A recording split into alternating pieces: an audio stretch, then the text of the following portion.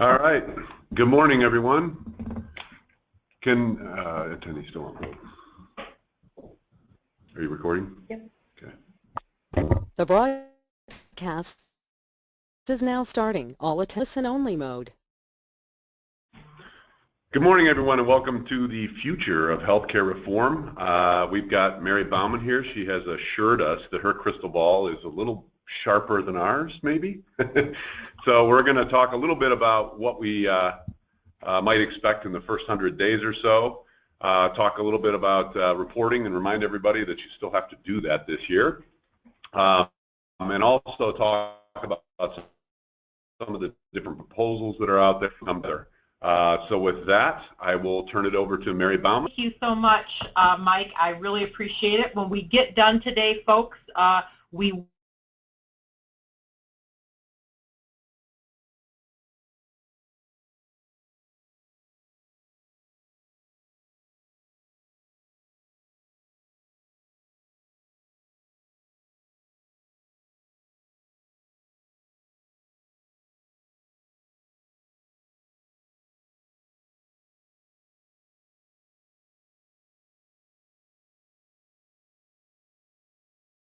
just had it, didn't we? You've got it now, Mary. Oh, okay, thank you.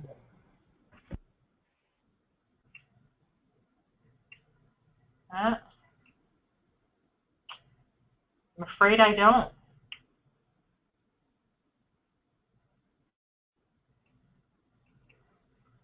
Maybe somebody over, Mike, maybe one of your team members kind of help me advance the slide. Yeah, Caitlin's working on it right now. Sorry, everybody. We had it working before we dialed everybody in. I can try it once more. Yeah, I'm trying one. There we go. Here we go. It's a miracle. Okay. Okay, so as Mike mentioned, the first thing we want to do today is just give you a brief update on 1094C and 1095C filing. If you were involved in this with your organization last year, you may recall that last year, which was the first year, the 2015 filing due in 2016, you had some nice extensions to the normal deadlines. The IRS gave us some grace there for the first year.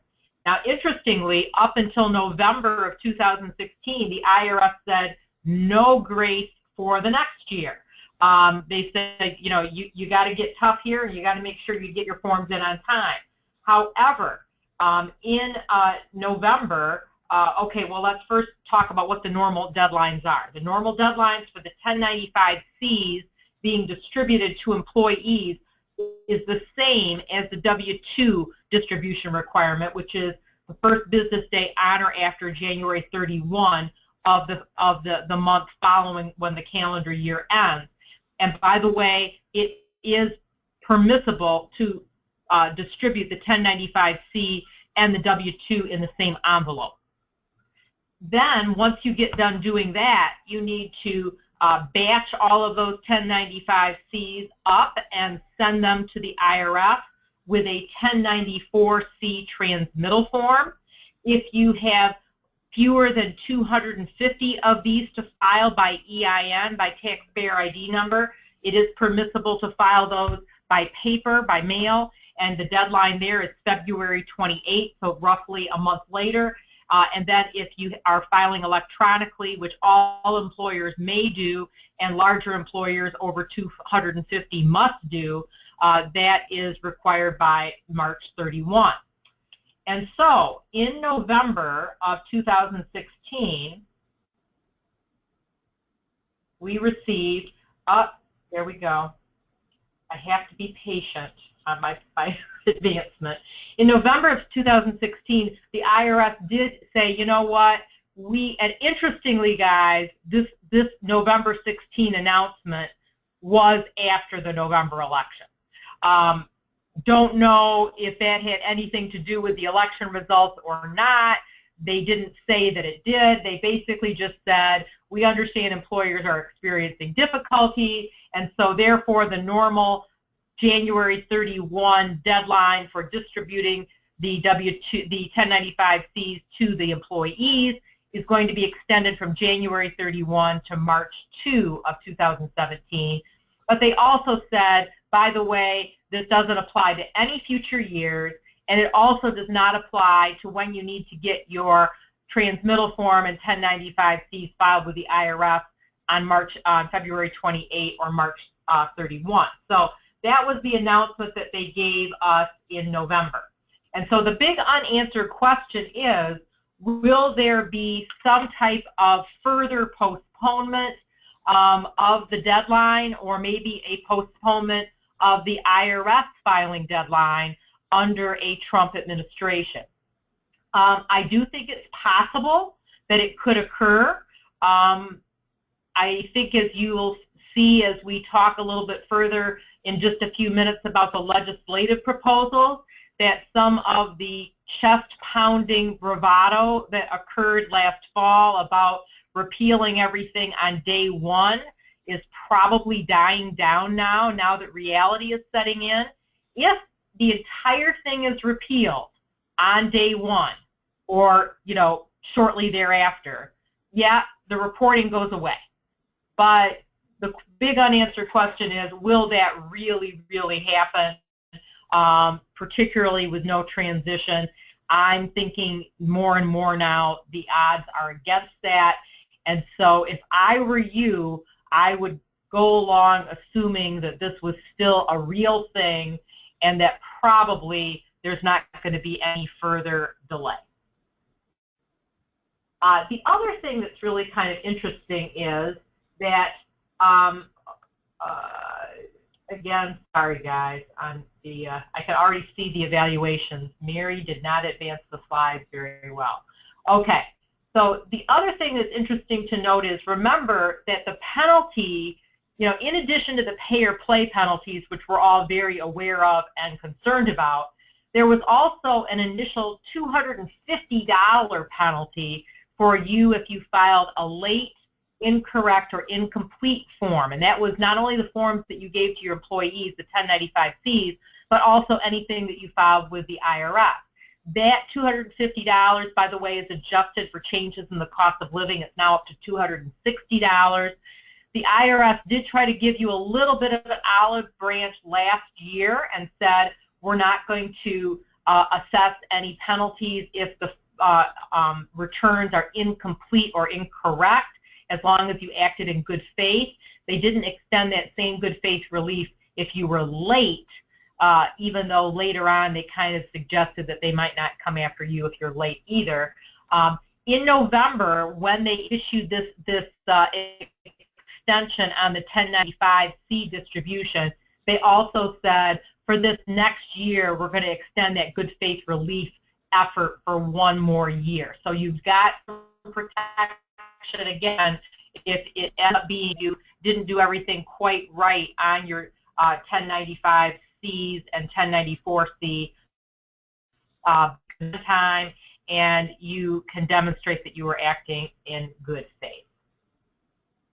So the other question here is, if reporting continues, will the Trump administration further extend that good faith relief? I think the odds here are very high, but that's only assuming that reporting continues, and we're going to talk about that now as to whether I think that is even going to be the case.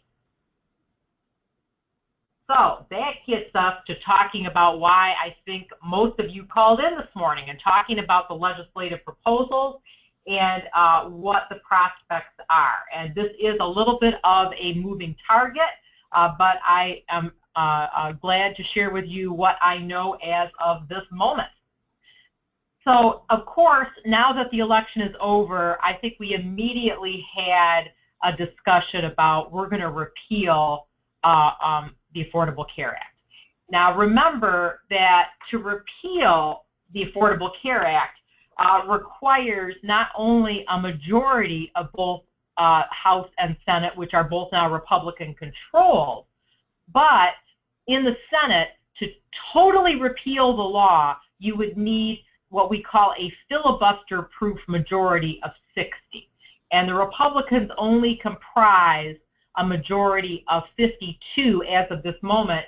And you may even note that last week on a procedural motion, Rand Paul, one of those 52 Republicans, already said no because he's concerned that if we repeal all the taxes associated with the Affordable Care Act, that it's going to put the country in a very significantly increased deficit position. So you do not have uniformity among the Republicans, which is what you'd need, plus you'd need to pick up some Democrats to do that. Now, I think now more than ever, the speculation is that if we have repeal legislation in the first 100 days, that there would probably be some type of delayed effective date. I've seen 1 year, 2 years, and 4 years, and there would also be time in there to enact and implement some type of replacement plan. Let's say that we replace. If we replace, please note that you only need a simple majority of 51 in the Senate to make changes through the budget reconciliation process. And so anything in the Affordable Care Act that affects revenues or expenditures can be made through the budget reconciliation process. Repealing the individual mandate, repealing the employer mandate, eliminating the PCORI fee, and the taxes and fees on insurance companies and medical device manufacturers, all of that could be made by simple majority. But there are some provisions in the Affordable Care Act that do not impact the budget directly. Those are things like the prohibition on annual and lifetime dollar limits on essential health benefits, and the ban on pre-existing conditions, and the requirement to provide coverage under an employer plan to a dependent child until he or she is age 26. Those changes would need to be made by a majority of 60 in the Senate. Now, even right, I think after the Sunday night after the election, Trump was interviewed on 60 Minutes, and he specifically called out the pre-X and age 26 rules and said, I think he recognized those are politically popular and we're not going to require those to be changed. So I think that a lot of this can happen through the budget reconciliation process, which would mean that the Republicans do have enough votes if they can keep their ship together to make that pass. Now, I'm sure that many of you are becoming a little bit more of a political junkie after this election cycle than maybe you were before. I know that that's the case for me. And so not only have I always been interested in what regulators were saying, but I'm even more interested in what legislators and the new Trump administration is saying. I understand that Paul Ryan met with Trump's team last night, and the leaking coming out of that is that their acknowledgement that there are two factions of Republicans in the House and Senate. One is, we want to repeal right away. We don't care what we do as a replacement. The important thing is that we repeal. The second camp is more hesitant. They want to repeal also, but they want to make sure that the replacement plan is going to be a viable plan. Now, there's also a philosophical issue here of, is a replacement plan viable if it just provides access, or if it causes more Americans to be insured? I would say that a more Democrat position would be, we want more Americans to be insured. A more Republican free market position would be, we want to provide access for everybody, but we're not going to require people to enroll, and therefore we recognize that for certain Americans that may mean that their coverage becomes very expensive.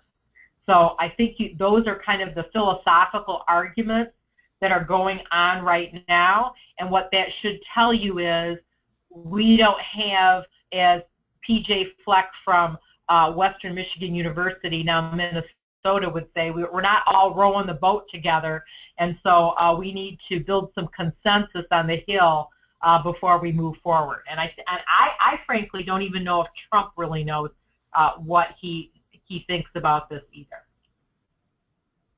So with that, let's talk about what we do know, what Trump has said on the record of what he wants. I definitely think that the number one thing he wants to do is to get rid of the individual mandate. Now, I'm not talking the employer mandate, folks. I'm talking the individual mandate. And that's the requirement, of course, that all Americans, with certain exceptions, carry health insurance, are enrolled in health coverage. Otherwise, they pay a penalty. That, I think, is contrary to Trump's more populist message, which is, you know, we're not going to ram anything down your throat. It's up to you whether you want health insurance. And so I think that you're going to see that happening. But if that happens, then the next question becomes, well, what happens to the exchanges? Do the exchanges go away? Are they still going to be offered but optional? If they're offered but optional, how many states will stay in that game? So where will somebody go if they need coverage? And we'll talk about that in a moment. The other thing that this question raises is, as you know, if you're a low-income American with your household income between certain parameters, remember, if you're super poor, you get Medicaid. But if you're above Medicaid eligibility but still low income, you can get two different kinds of assistance on the exchange. One is a premium tax credit, one that you get immediately, which reduces your purchase price for coverage on the exchange. And the other is subsidies, meaning some subsidies to reduce your things like deductibles, copays, and coinsurance. And again, that varies depending on how low income you are. So again, will those low-income pieces of assistance be eliminated if we get rid of the individual mandate penalty? One of the things I've seen coming out of Paul Ryan's proposal is more, yes, there's still going to be assistance, but it may be more across the board for everyone and not weighted at all or weighted as heavily for low-income people. So that's something I think to watch is, will there still be assistance, but what will it look like? And then the other question is okay, well, how am I going to guarantee access for all individuals initially and also at renewal? And then how is it going to be priced out? I think what you're going to see is that there's going to probably be the proposal of something called a high-risk pool. So in other words, each state will have kind of this fallback plan that they make available for anybody in their state that can't otherwise get insurance easily. The problem, though, with the high-risk pool is it typically just ends up being people who have health conditions, and so many times it's kind of a death spiral of increasing costs. And so if you're required to go to that high-risk pool, you may be paying a lot for health insurance. So that's kind of something to watch, too. In other words, folks, there's going to be winners and losers in this, depending on how it shakes out. Okay, here's some more things that Trump has proposed. One of the things you've probably heard a lot is he wants to allow health insurance to be purchased across state lines, much in the way that you can buy auto insurance now. So in other words, if I am an insurance company and I get my policy approved by insurance regulators in New Mexico, I should be able to also sell it in Michigan, even if Michigan's mandated benefits under a Michigan-issued policy are different. The theory behind this is that I'm going to increase competition among insurance companies and give more choices to consumers. The detractors of this position say, yeah, but because Michigan, for example, might have more robust and significant protections for consumers than New Mexico does, buying a New Mexico policy may put that person at a disadvantage in terms of coverage. But again, you know, maybe if I'm particularly younger or healthier, I may not care. I may want just to get the cheapest coverage I can get. Another issue is tax deductibility, making sure that the cost of health insurance is fully deductible for all individuals who need to buy an individual health insurance policy. So if I, let's say, do not work for you and I want to go, or even maybe if I decline your coverage, I can go out on the market, I can buy an individual policy, and no matter my income, whether I'm self-employed, nothing, I can deduct the cost of that insurance.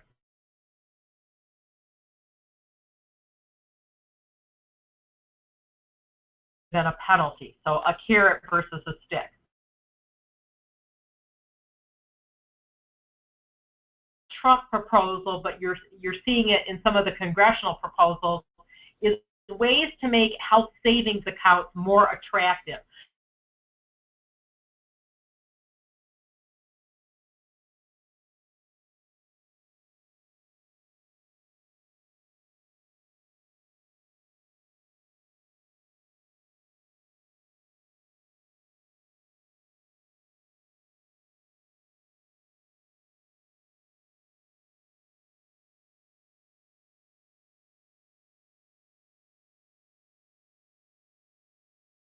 And tax-free contributions in all circumstances. Right now, there are strings attached in order for you to make tax-free contributions, eligible contributions to an HSA. And as you also, I'm sure, know, there are contribution limits. This year it's $3,400 if you're enrolled in single coverage, $6,750 if you're enrolled in family coverage. So increasing those limits to let you sock away more money into your HSA, because remember, if I put money in my HSA, not only can I be reimbursed for expenses I incur now, but I can also be reimbursed for health expenses I incur later on a tax-free basis. So let's say I retire. As we all know, whether Medicare is viable or not, we're going to have probably maybe $100,000, $200,000 of uninsured health expenses in our retirement years, and this is a way to help finance that if I can sock away more money. Also, expanding the tax-free distribution rules. Some of you may or may not know that right now, in my view, the definition of a dependent child under an HSA is a trap for the unwary. And what I mean by that is, if I'm enrolled in a health savings account and high deductible health plan, under the high deductible health plan, I can cover my kiddo until age 26. But I cannot get a tax-free reimbursement for that child's expenses unless they are my qualifying child or qualifying relative under pre-ACA rules. That basically means I can only get reimbursed for the child's expenses past December 31 of the year the child attains age 18, unless the child is a full-time student, and then it's only till December 31 of the year they turn age 23, or if they are financially dependent on me. So, for example, I have a son who is 24 years old and thankfully a graduate of college and fully employed. So I don't include him on my tax return, but because I feel sorry for him, he's on my high deductible health plan. I can't get reimbursed for his out-of-pocket expenses from my HSA because he's not my tax dependent. A lot of employees don't understand that rule. I think it's a stupid rule, and so this would likely change under the Trump proposal. Another is transferring the balance of the HSA to the individual's estate upon death. Right now, I can transfer my HSA balance to my spouse when I die, but that's it. I can't do anything else. Otherwise, that account is going to be, it's not going to be forfeited, but it's all going to be taxable upon my death.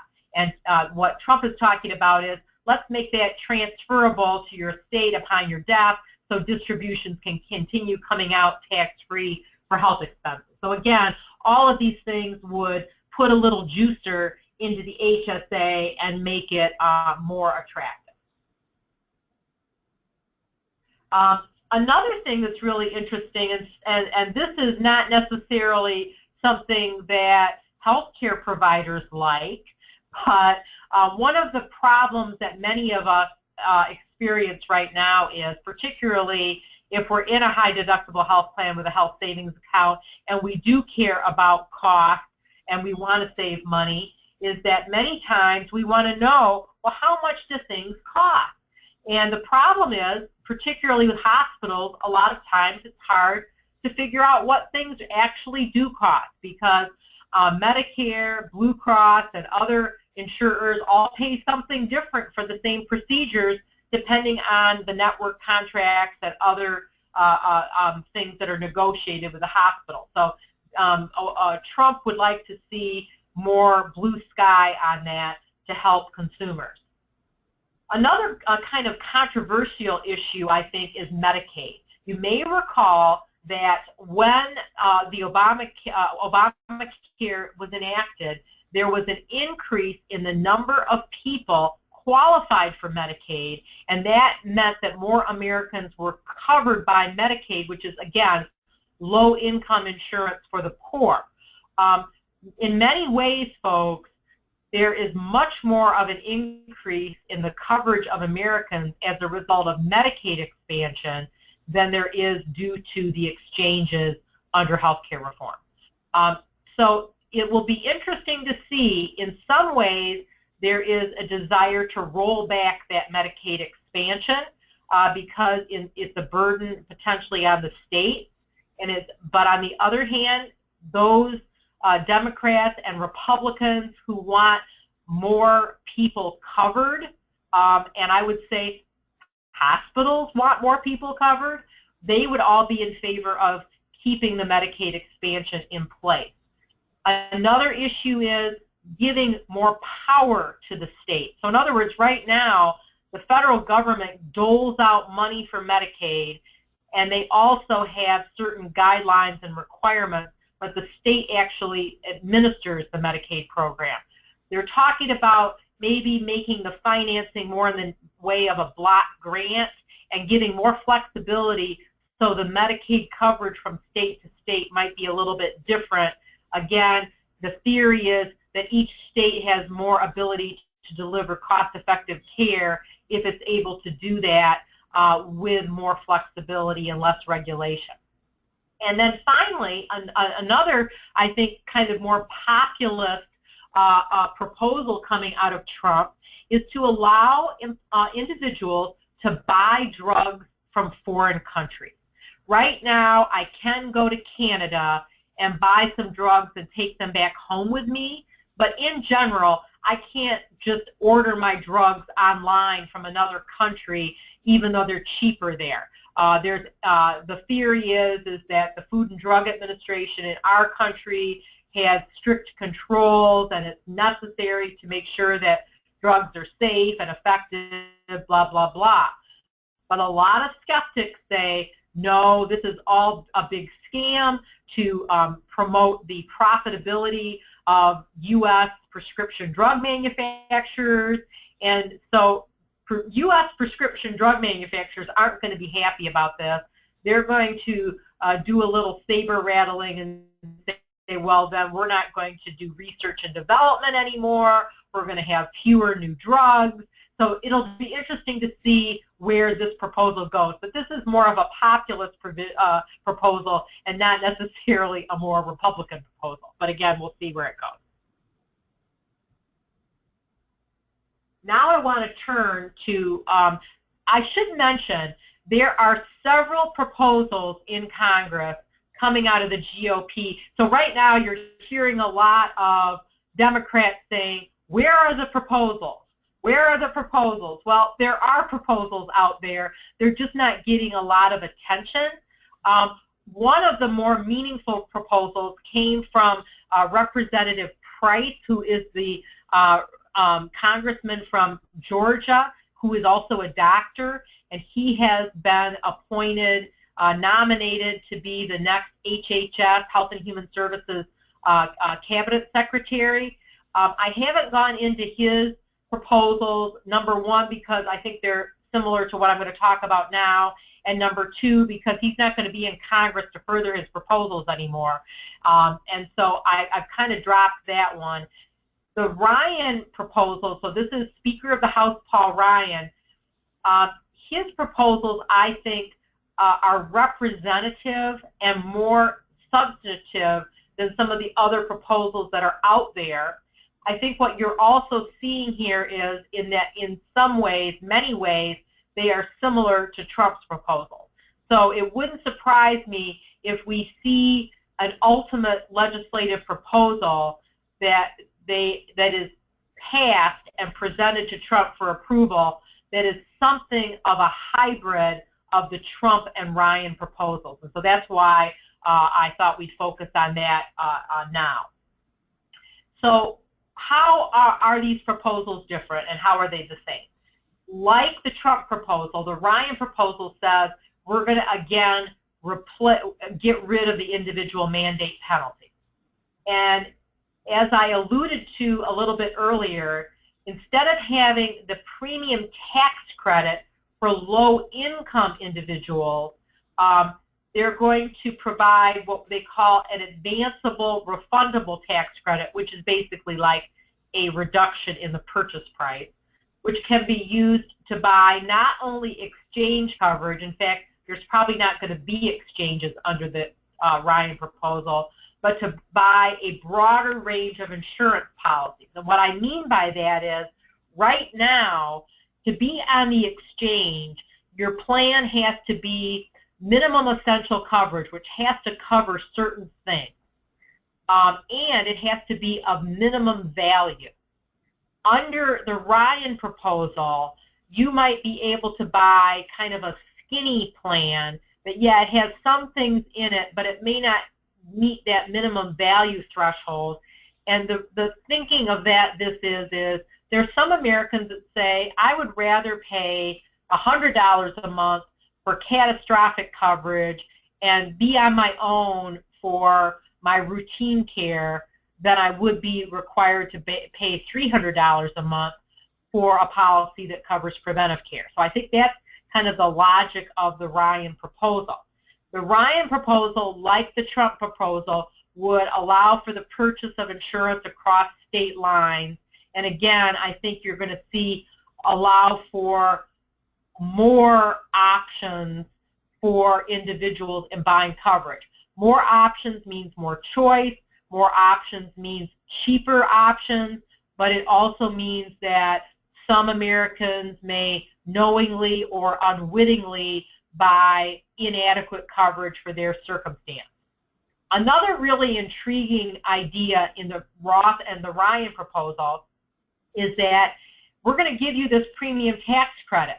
And if you buy coverage that isn't as expensive as the premium tax credit, you don't forfeit that money. Rather, we're going to put it in an HSA-like account for you. So you have a nest egg to give you some ability to accumulate some assets for future health care costs. So that's another kind of intriguing idea. The other thing that is kind of, again, a concern is if we have the individual mandate go away, then there's nothing to compel people to be enrolled continuously in health coverage. And so it's possible that we're going to have more Americans with gaps in coverage and more Americans either intentionally or unintentionally choosing not to have coverage and then wanting to get back in. And so one of the proposals of Ryan is we want to make sure that all individuals are going to be offered the opportunity to buy an individual health insurance policy at least annually, and also if they experience certain qualifying events like, birth, death, divorce, loss of job, blah, blah, blah, blah. And then also to cap the premiums at some type of benchmark of standard rate following a qualifying event. In other words, let's say that the average cost of single coverage in our country is $250 a month, and family coverage is $500 a month, and that's the standard rate. And if I lose my job and I need to go to the individual market to get insurance for my family, that I can't be charged more than $500 a month for the balance of the current plan year, or something like that. So that's kind of what he's proposing. And again, as I mentioned earlier, the state high-risk pools for individuals with serious health conditions to make sure that they can always obtain coverage. I think some of the critics of state high-risk pools have rightly pointed out that before the Affordable Care Act, some states had these, and in many instances, they really resulted in very, very expensive, crappy coverage. And so, do we really want to go down that road? I don't know. Then another very, very interesting, when I talk about winners and losers, you may or may not be aware that right now, if I go to the exchange, the most that can be charged an older person relative to a younger person is 3 times the cost of coverage. So in other words, premiums for coverage on the exchange are age-based, but they're age-based based on a 3-to-1 maximum spread. If you talk to an actuary, and I realize that talking to actuaries may not be your idea of fun, but if you talk to an actuary, what they will tell you is 3-to-1 isn't a realistic spread. It's really more like something like 5-to-1. So in other words, under the exchanges right now, younger individuals are essentially subsidizing the cost of older individuals. And Ryan's proposal says, let's make that go away. Younger people are going to love this because younger people are going to find that their coverage is less expensive now and more realistic. But older people are not going to be happy about this. So if an older person has to go to the exchange, this proposal could mean more expensive health coverage for them. Like the Trump proposal, the Ryan proposal also wants to make HSAs more attractive. They do it a little bit differently, though. One of the ideas is, again, instead of saying our contribution limits go up, we're going to let spouses make catch-up contributions. Right now, if I'm enrolled as an employee, I can make an extra $1,000 annual contribution a year if I'm at least 55 by the end of the year. This would let the spouse do that too. Another idea that Ryan has is sometimes I incur expenses, let's say after I enroll in a high deductible health plan, but before I actually get the HSA set up and before maybe I'm eligible for the HSA because maybe I have to get rid of some other coverage like a flexible spending account. This would allow me to be reimbursed under the HSA for expenses incurred shortly before I get the HSA set up.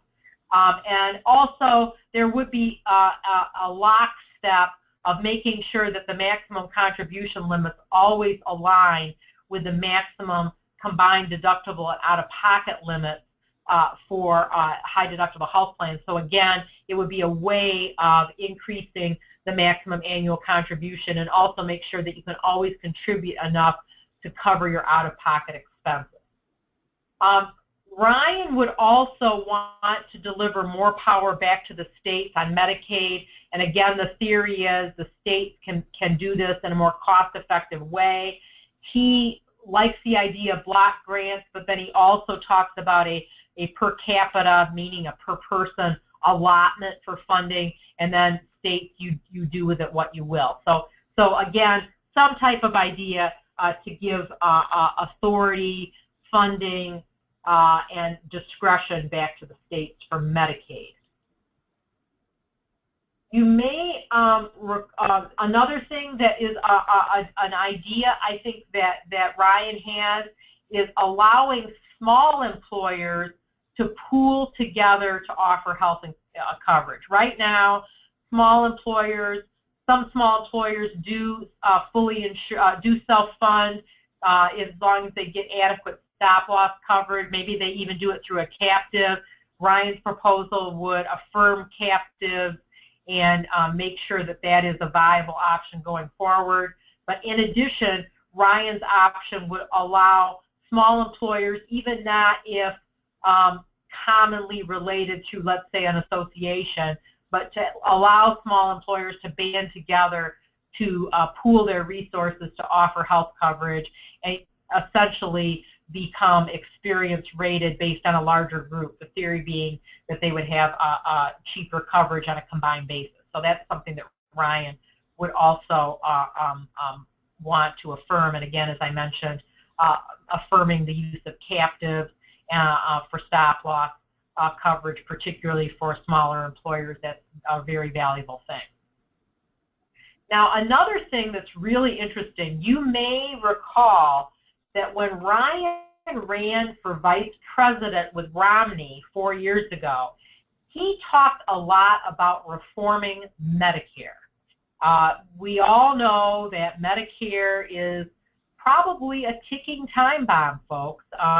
There's going to be a day not that far away where we're going to have more people on Medicare and more money going out than coming in on an unsustainable basis. We already have some of that happening, but it's really going to be accelerating in the coming years as all of the baby boomers cycle out of working and become retirees.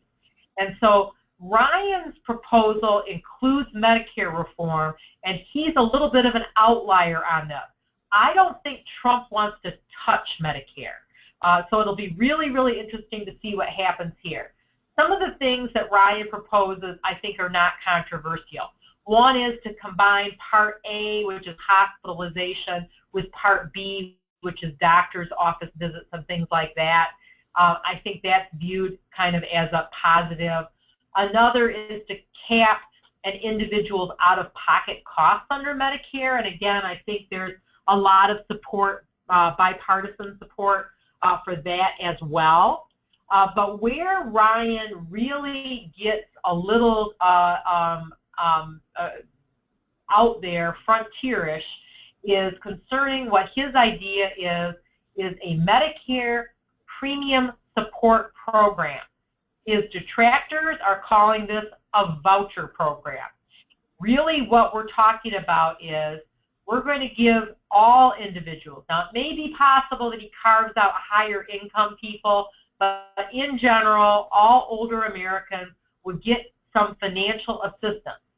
And then they could purchase the coverage that they wanted from multiple options. So yes, it would be Medicare, but Medicare would be a whole variety and range of possibilities. And again, you know, maybe lesser care with high, you know, more accountability to the individual to pay costs, maybe more comprehensive care, but it's going to definitely, with the idea that we're increasing choice, we're increasing competition, we're getting insurance companies in the game, and again, there may be some difference in that assistance for lower income versus wealthier individuals. But the idea of this is to make Medicare more of a free market. Some would say more of a defined contribution approach. In other words, this is what we're going to give you. We're not going to pay X% of the cost. We're going to pay up to X, and the rest is on you. So it'll be interesting to see. I think this probably doesn't, there's not enough will for this, but it may be something that is revisited in a few years.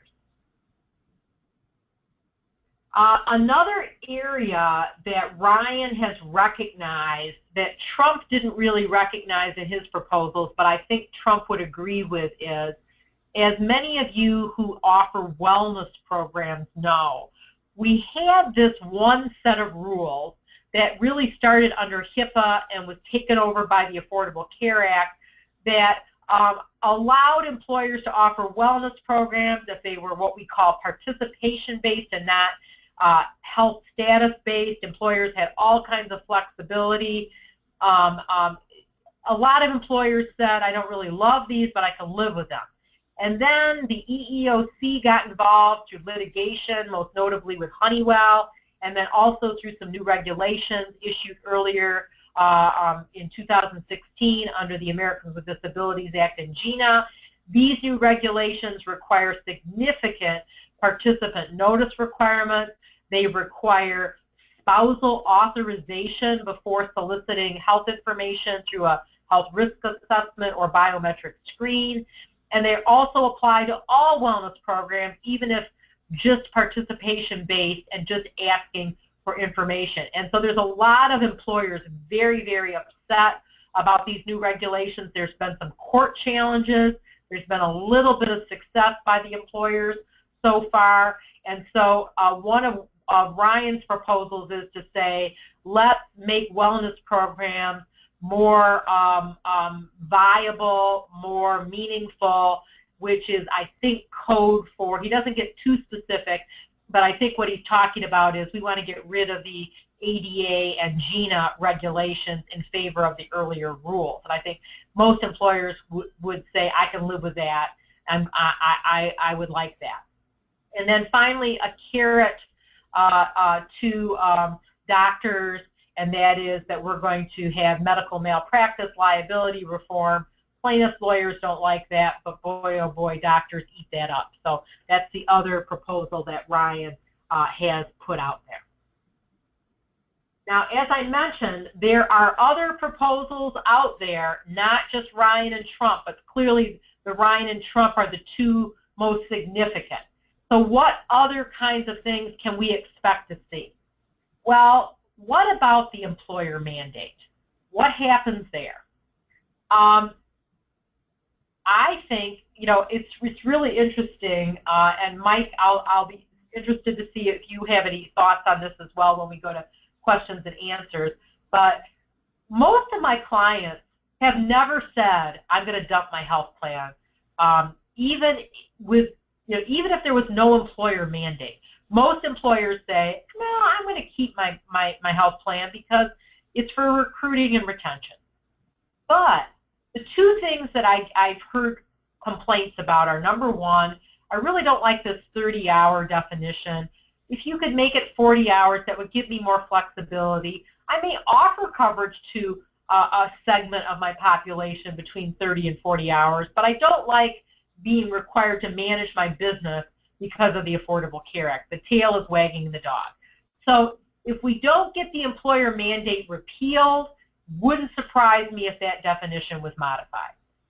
Secondly, there is absolutely no question that the number one complaint I get from employers all the time is the reporting. They hate the reporting. It takes time. It takes money. It's complicated. And so even if the employer mandate survives, I strongly suspect that any reporting we have will either be no reporting and employers will just have to defend on audit, or the reporting will become extremely simplified. And so that's the good news that I think I can give you today. I don't think the employer reporting is going away for 2016 due in 2017. May not be going away for 2017 due in 2018, but I strongly, strongly believe that it's either going to go away or become greatly simplified probably within a year. So that's the good thing I think I can give you news today. Now the other issue is, what about this darn Cadillac tax? You may recall that the Cadillac tax is the last piece of the ACA to be implemented pursuant to the revenue enhancing provisions of the ACA, and that is to say, employers, we're going to tax you essentially if you offer a, quote, Cadillac end quote, plan, meaning a higher value plan. Lots of employers complained about this because they said a Cadillac plan is really more like a, Buick plan. It's really not a Cadillac plan. And also, we don't like the fact that you're lumping in that we must require health savings accounts and FSAs when we do this. And so one of the changes that happened about a year ago was that Congress delayed the effective date from 2018 to 2020. So we've already got that on the books. And now there's a discussion about let's repeal the Cadillac tax or at a minimum modify it, make it more flexible for employers. I think the mojo is for repeal. But the problem is that the Cadillac tax is a huge revenue source. So one of the things that Trump doesn't get into that. He doesn't even figure out, he'd like to repeal the Cadillac tax too, but he has no suggestions for an alternative funding source. The Ryan plan says, you know what, okay, let's get rid of the Cadillac tax, but we're going to replace it with a cap on what the employer can deduct for group health coverage. Well, that's kind of like the same thing.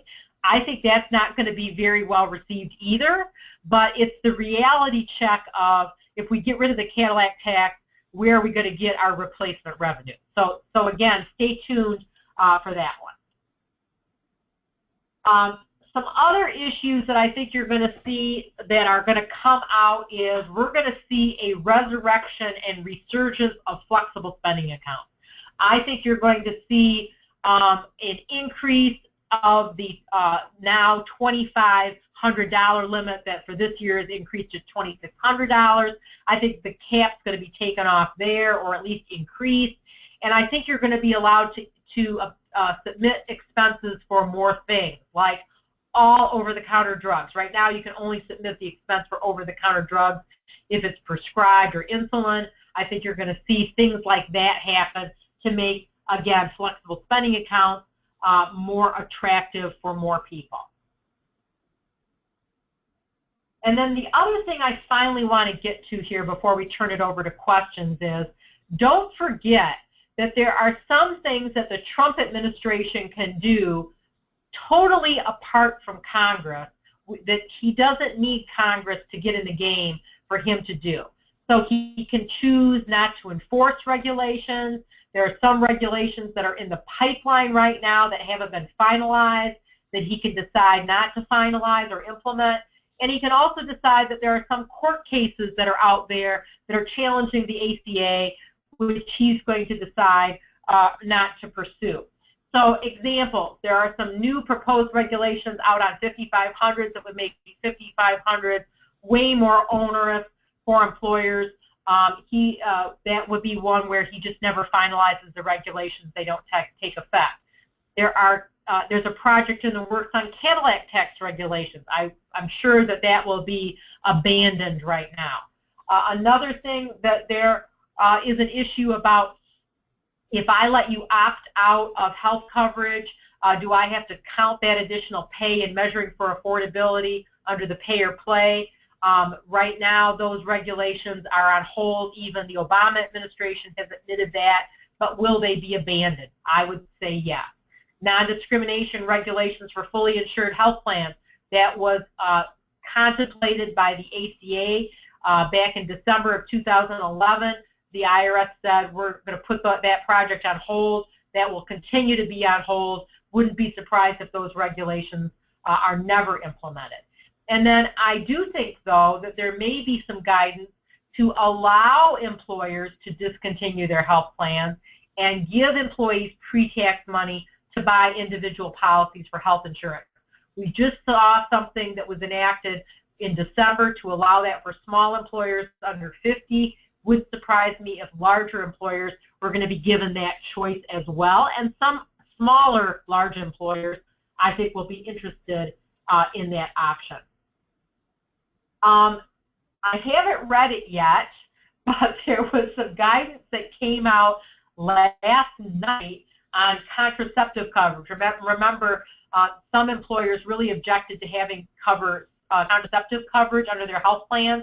There has been litigation about this, and the Obama administration came out with some guidance late last night on its final parting shot position, but I think that for contraceptive coverage and transgender health benefits, wouldn't surprise me to see the Trump administration relax requirements for covering both of those and give that discretion back to employers and insurers. So, Mike, with that, I think we have time for some questions. All right, Mary, we do have one question so far, and I encourage anybody that is out there, if you want to go into the questions section of the webinar and type them in, we will certainly pass them along to Mary. The question we do have is, and it kind of goes along the line of the last couple things you talked about, is do you think, is it possible through the budget reconciliation process that the Senate could remove requirements to cover abortions and some of those other types of things, or does that really kind of fall into a different place? Well, one thing that some of you may or may not be aware of is there was a court case in Texas that came out, oh, really, what, 1 or 2 weeks ago, just recently, where the Texas court issued an injunction on a federal level for across the country to enjoin the enforcement of some new regulations under Section 1557 of the Affordable Care Act. There were some logical, lucid things that the judge said in that case. One was concerning the fact that he did not believe that the Obama administration had the authority to interpret 1557 of the ACA to compel employers to remove any transgender exclusions from their health plans.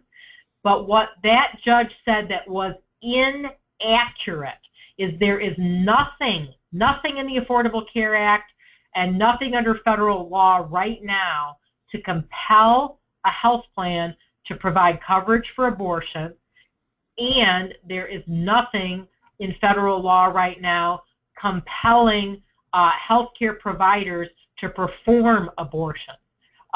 Now, there are certain situations where to get federal funding, I might need to perform abortions in certain situations if I'm a healthcare provider, but that case was not accurate in suggesting that employers had to cover abortion.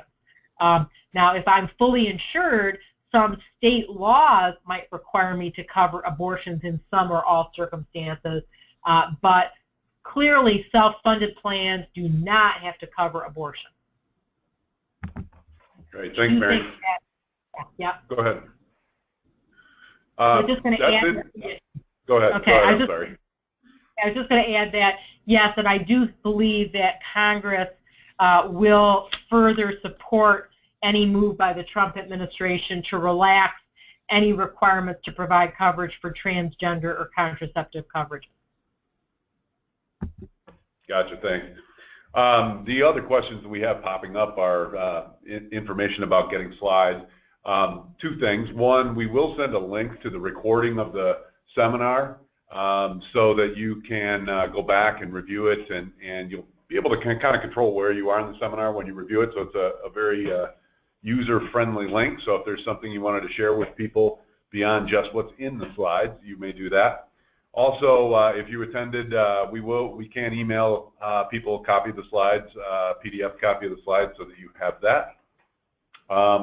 One other thing is Mary asked if, actually I think we've got another question before I say that, but asked us was, what are we seeing and what are we hearing from employers in terms of, are they going to dump their health plan?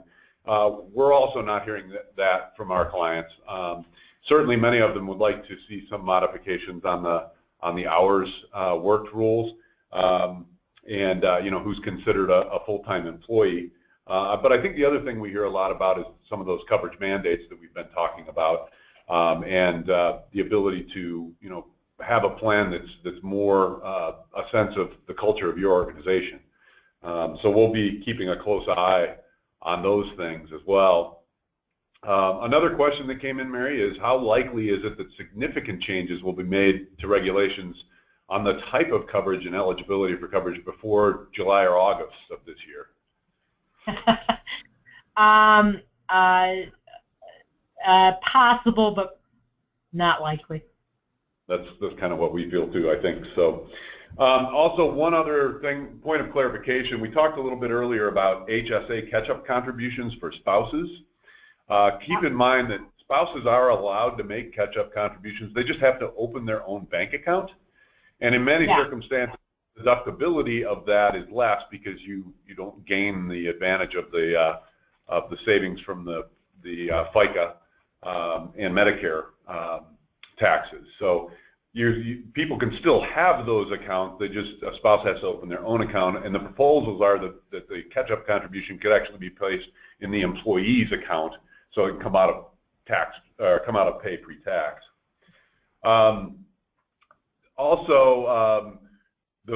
Just a couple of final things. We'll get those copies off to people. We'll get the links off to people as well. I also want to thank all of our clients on the line. We're celebrating our 20th year this year of serving some of the finest employers in West Michigan. And so we intend on continuing to celebrate that throughout the year and incorporating our clients in some of that celebration. So again, Mary, thank you very much for your time here today and sharing some of your views. And I thank everyone for attending, and we'll get information off to you with the slides and how to access the webinar in short order. So thank you very much, everybody. Thanks, Mike.